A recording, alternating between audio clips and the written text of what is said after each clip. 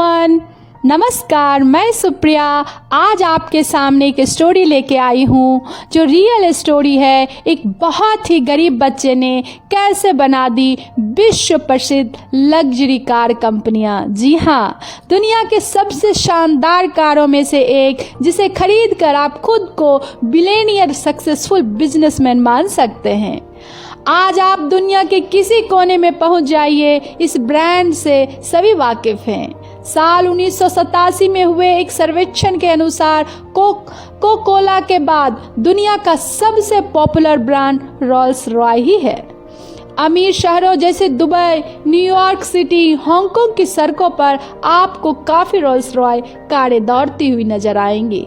इस कंपनी का बिजनेस आज 40 से भी ज्यादा देशों में कारोबार कर रहा है।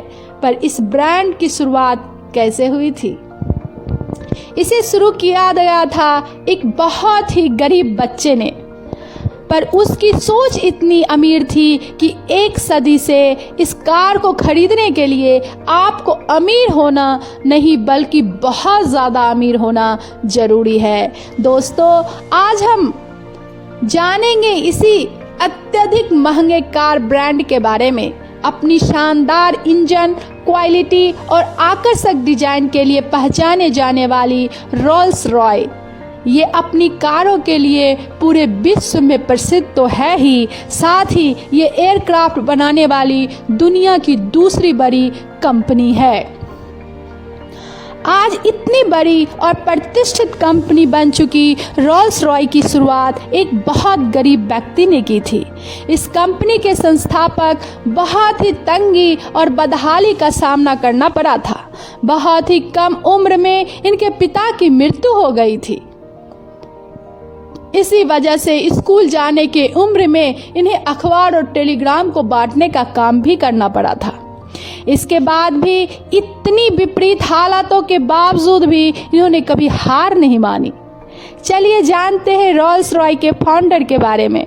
दरअसल रोल्स रॉय के संस्थापक में दो लोगों का नाम आता है, फ्रेडरिक रॉयस और चार्ल्स रोल्स। इन्हीं दोनों के नाम से कंपनी आज भी चल रही है, लेकिन इस कंपनी के मुख्य किरदार फ्रेडरिक रॉयस का ही है। तो चलिए साथियों, इसके लिए हम पूरी कहानी जानते हैं। हेनरी रॉयस का जन्म इंग्लैंड के गांव में हुआ था। इनका परिवार एक आटे की चक्की चलाता था। ये काम अच्छी तरह से न चल पाने के कारण इनका परिवार लंदन में आकर बस गया। उस समय हेनरी रॉयस सिर्फ 4 साल के थे।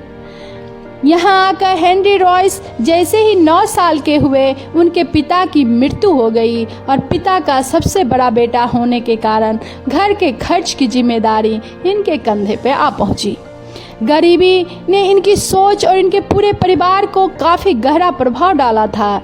ये अच्छी पढ़ाई भी नहीं कर सके थे, लेकिन जब भी इनको अवसर मिलता कुछ भी सीखने का, ये उसे सीख जरूर लेते थे। ऐसा करके इन्होंने अलजेब्रा, फ्रेंच भाषा और इलेक्ट्रिक इंजीनियर तक सीख लिया था। पिता के जाने के बाद घर का खर्च चलाने के लिए इनको समाचार पत्र बेचना और टेलीग्राम बांटने जैसा बहुत सारा काम करना पड़ा। अगले कुछ साल तक इन्हें सभी कामों को करने के बाद ये अपनी एक आंटी की सहायता से इंग्लैंड के पीटर्सबर्ग पहुंच गए, जहां पर इन्होंने रेलवे में काम किया।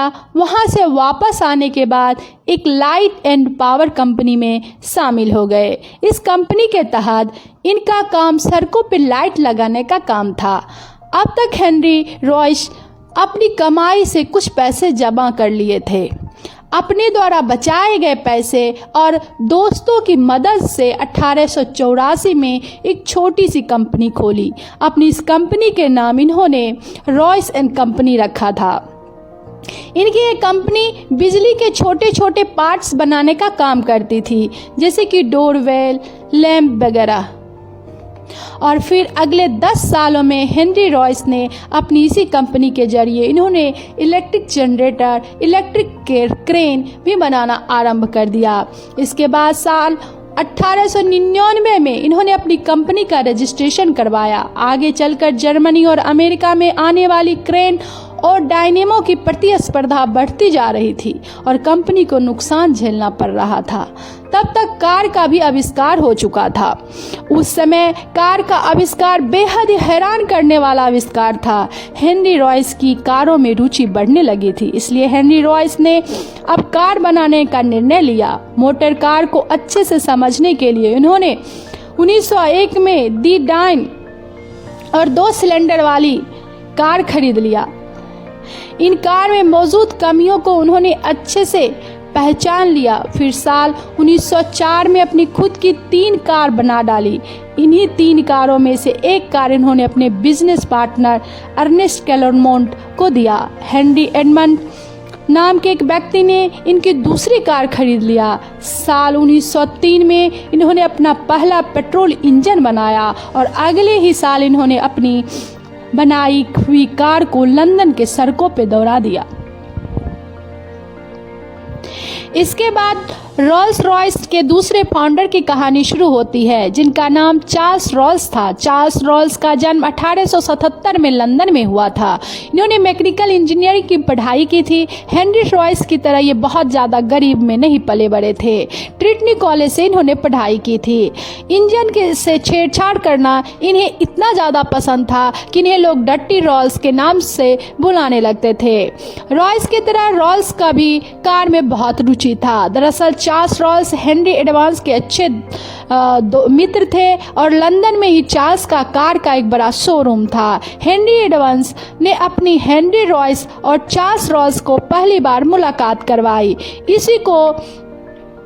किसी को नहीं पता था कि ये मुलाकात भी ऑटोमोबाइल इंडस्ट्री की पूरी तस्वीर बदलने वाली थी। रॉल्स 3 से 4 सिलेंडर वाली कार बना रहे थे, वहीं रॉयस केवल 2 सिलेंडर वाली कार बना रहे थे। चार्ल्स ने जब हेनरी रॉयस की कार को देखा तो कार उन्हें बहुत अच्छी लगी और फिर चार्ल्स रॉल्स ने हेनरी रॉयस के पार्टनर बन गए। 23 दिसंबर 1904 में दोनों के बीच बिजनेस समझौता हुआ। रॉयस की बनाई गई कार को रॉल्स खरीदेगी और सभी कारें रॉल्स रॉय के नाम से जानी जाएगी। दिसंबर 1904 में रॉल्स रॉय की पहली बार रॉल्स रॉय एचपी कार में बिकने के लिए लॉन्च कर दिया गया। यहाँ से कार को बनाने में रॉयस की टेक्निकल ज्ञान, रॉल्स का बिजनेस ज्ञान शानदार तरीके से काम कर गया और फिर क्या था, कंपनी तेजी से आगे बढ़ने लगा। साल 1907 में कंपनी के 6 सिलेंडर वाली सिल्वर गोस्ट कार का निर्माण किया, जो कि सुपर स्मूथ कार थी। इस कार को लोगों द्वारा इतना सराहा गया कि इसे best car of the world कहा जाने लगा। रॉल्स और रॉयस की 2 बिजनेस पार्टनर भी थे। एक का नाम था क्लाउड जॉनसन, जो कि कंपनी के मैनेजिंग डायरेक्टर थे। उन्होंने भी इस कंपनी की सफलता काफ़ी बड़ा रोल अदा किया। कंपनी की जो इज्जत आज है, प्रोडक्ट की क्वालिटी कैसी रहेगी और मार्केटिंग कैसी रहेगी, ये सब क्लाउड जॉनसन ही तय करते थे। कंपनी की लॉन्चिंग के महज 4 साल के बाद एक अनहोनी घटना हो गई। साल 1910 में चार्ल्स रॉल्स की एक हवाई दुर्घटना में मौत हो गई। दुर्घटना के समय रॉल्स की उम्र सिर्फ 32 साल की थी। रॉल्स की मौत के बाद सारी जिम्मेदारी हेनरी रॉयस के कंधों पे आ गई। चार्ल्स की कमाल की इंजीनियरिंग ने कंपनी को जो इज्जत बना दी थी, उसे बरकरार रखना हेनरी रॉयस के लिए बड़ा चैलेंज बन गया। लेकिन इन्होंने हार नहीं मानी। हेनरी रॉयस ने बेस्ट डिजाइन और कार बेस्ट क्वालिटी मटेरियल से बनाकर अपने ग्राहक को बेस्ट कार उपलब्ध करवाते रहे। इसी से संबंधित हेनरी रॉयस का एक कोट सुप्रसिद्ध होता है, जो भी करो उसे परफेक्शन लाने से और परफेक्शन लाने के लिए झगड़ो, बेस्ट करो, उसे बेटर बनाओ। अगर बेस्ट नहीं मौजूद है तो उसे खुद बना लो। यही कारण शुरुआत से इन्होंने अपनी कार को बनाने के लिए जिस मटेरियल का इस्तेमाल किया वो अपने आप में सर्वोत्तम था। अगर लकड़ी लगेगी तो बेस्ट लगेगी, लेदर लगेगा तो भी बेस्ट क्वालिटी का लगेगा। इसी वजह से इनकी कारें इतनी ज़्यादा महंगा होती थी कि इनके दामों से इनके रंग का भी काफ़ी योगदान होता था, क्योंकि ये 1-2 बार नहीं 7 से लेकर 21 बार कलर की कोटिंग करते आ रहे हैं। ग्राहक जिस हिसाब से रंग का चयन करता है उसके अनुसार कार की एवरेज कॉस्ट घट या बढ़ सकती है। कार के भीतर साउंड प्रूफ किया जाता था। 1914 में रॉल्स रॉय ऑटोमोबाइल के अलावा हवाई जहाज के इंजन इंजन भी बनाना शुरू कर दिया और सबसे पहली कंपनी ईगल इंजन का निर्माण किया। साल 1921 में डिमांड बढ़ोतरी होने की वजह से रोल्स रॉय ने मैसाचुसेट्स एक नई फैक्ट्री खोली। सन 1930 में रोल्स रॉय ने स्पोर्ट्स कार बनाना शुरू कर दिया और कंपनी खरीद ली। लेकिन इसी साल 1933 में हेनरी रॉयस का भी देहांत हो गया। आगे चलकर रोल्स रॉय की कारें में साल 1948 में डीजल इंजन लगाने की शुरुआत की गई। फिर 1951 में कंपनी अपनी पहली लग्जरी कार डील से चलने वाले इंजन के साथ लॉन्च किया। 1964 आते रिसर्च डेवलपमेंट के कारण एरो इंजन में प्रतियोगिता बढ़ती जा रही थी। इसी वजह से रोल्स रॉय ने तकरीबन 80,000 लोगों को अपनी कंपनी में नौकरी दिया। उस समय मैन ऑफ पावर के हिसाब से रोल्स रॉय ब्रिटेन की 14वीं सबसे बड़ी कंपनी बन गई। इसके बावजूद मंदी के माहौल में ऑटोमोबाइल के काम में कंपनी को घाटा होता चला गया। आखिर साल 1998 में रोल्स रॉय को बेचने का निर्णय लिया गया, जिसे बोली लगाते BMW ने खरीद लिया। साल 2011 के बाद ये company roles Roy holding PLC के रूप में काम कर रही है। इनकी गाड़ियां लगातार बेहतर से बेहतर होती जा रही है।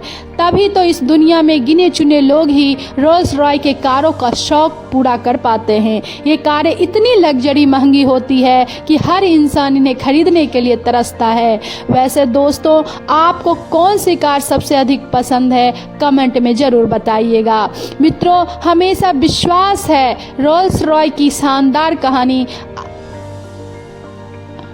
आपको अपनी लाइफ में लानी चाहिए। इसे फाउंडर हेनरी रॉयस आप जरूर प्रेरित हुए होंगे। इस प्रेरणादायक कहानी आपको अधिक से अधिक लोगों के बीच में शेयर करके हमारा उत्साह बढ़ा सकते हैं।